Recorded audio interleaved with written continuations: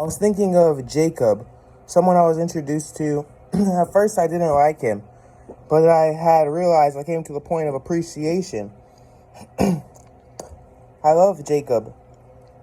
It's important to have people out there who contest your ideas, who disagree, who have differences in opinions in morality and ethics. The world is complex. If you're going to find truth, you need to actually engage with truth. And truth is not one-sided. It's quite impartial. I just came to a realization that even when you are correct. So let me preface this. Everyone has a contrarian in their head. Everyone has right and wrong, duality. And we talk about free will, God being not the decisions, not right, not wrong, but the free will itself, the choice, the liminence, the space in between. And so in the same right, I just question, is that contrarian always, like, there was a part of me, and there is a part of me up until I had this epiphany, like just now, that's been under the impression I have to get rid of it. I have to, like, there's times where I'm absolutely right. Like, just a super niche, simple example.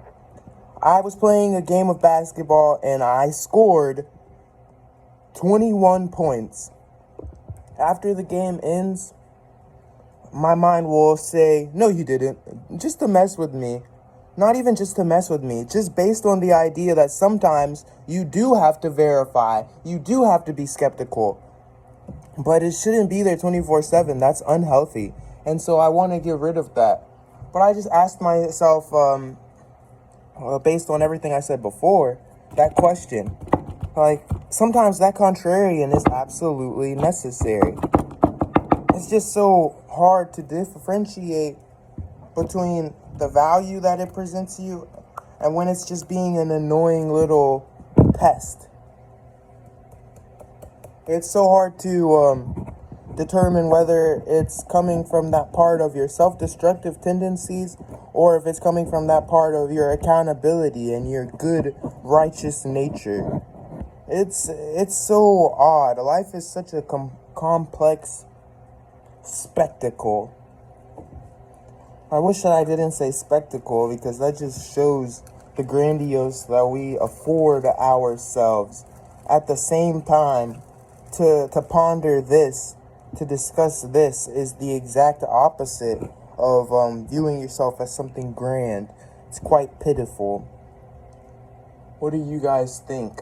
Overall, it's just so evident, so prevalent in your interactions throughout the day that you have to engage with differences in opinion. And oftentimes, collective illusions persist in the form of paradoxes. Here's what I'm getting at. The collective assumes that the majority rules. Majority rules. It's something that you hear perpetuated. But that's literally one of the biggest collective illusions out there. Oftentimes, the majority can pick the exact wrong path, and that's led to the downfall of so many fucking great civilizations, so many shit civilizations. It's just led to the downfall, like going by the majority rules. And that's just a clear way to show you that no, the majority doesn't fucking always rule. Yet we still persist that within the collective illusions. And so I'm just trying to determine when. They say there's a time and a place. But then how do you tell your subconscious, how do you tell your involuntary, how do you tell all the indoctrination and the training? How do you tell your insect brain, your bug brain, or the robot brain, how do you tell that to turn off? It's literally impossible. So many humans are going through this. You're seeing a lot more acceptance of it too. We're seeing all these memes about intrusive thoughts taking over. I recently saw this one. It was hilarious. It was about prayer. It's like when you're praying and you say you love God, and then the voice in your head be like, no, I don't.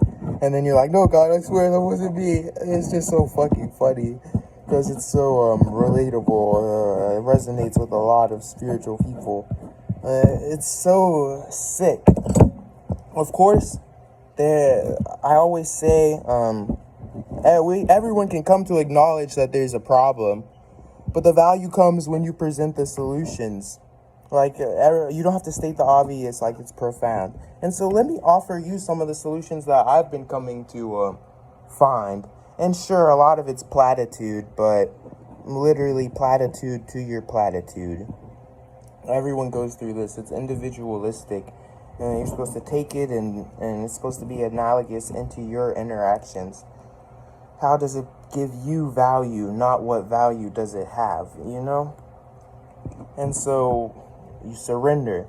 First, surrender.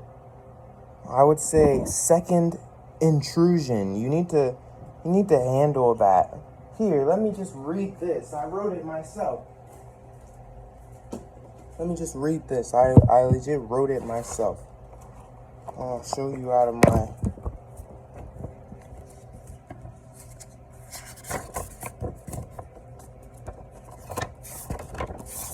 Here. This is what I'm reading. To save the leech. Intrusion. The sage dwells in only his own misdeeds. Remember this well. Foremost, that your mind urges you to deflect and to counteract accountability. The leech is self-aware of its parasitic nature. Thus, the leech can become independent, moreover, a provider. Loka samasta sukino bahavantu. You must wish sincerely for peace and freedom to envelop all, and that you may contribute to the overall bringing about of prosperity. Cog in the machine. You are here. Your place has value. Forget not the gifts, talents, or skills that you have, as a gift is meant to be shared. All fear death. As such, know that in life one must face the reciprocity. Engage with evil. Love the fight. Try to abide by reproof. That's an excerpt from the Cliffy Bible under the heading "To Save a Leech." I think that those words had a lot of value. I think that of course a lot of people think that that's wacko, lame stuff. You're trying to deflect. No.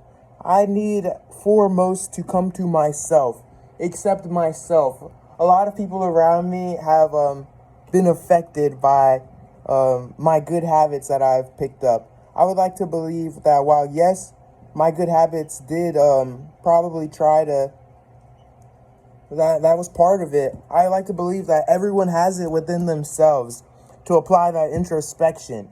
And that's the aspect where I say the self-awareness. You are self-aware that you are going down. You're self-aware that something is bringing about negativity in your lifestyle, in your being, in your existence. That should reassure you.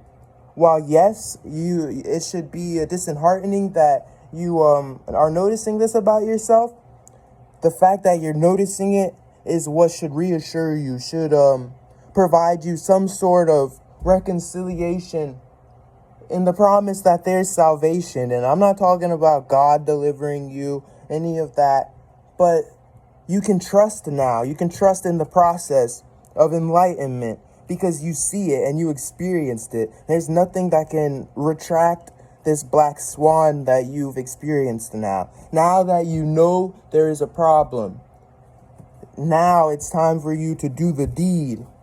Turn from the camel to the lion.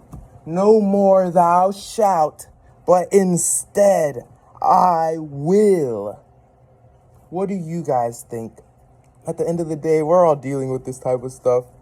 It's been a while since you got one of these videos from good old Cliff Dog. Anyway, leave a like and subscribe. Don't complain about the angle of this video in the comment section. Peace out.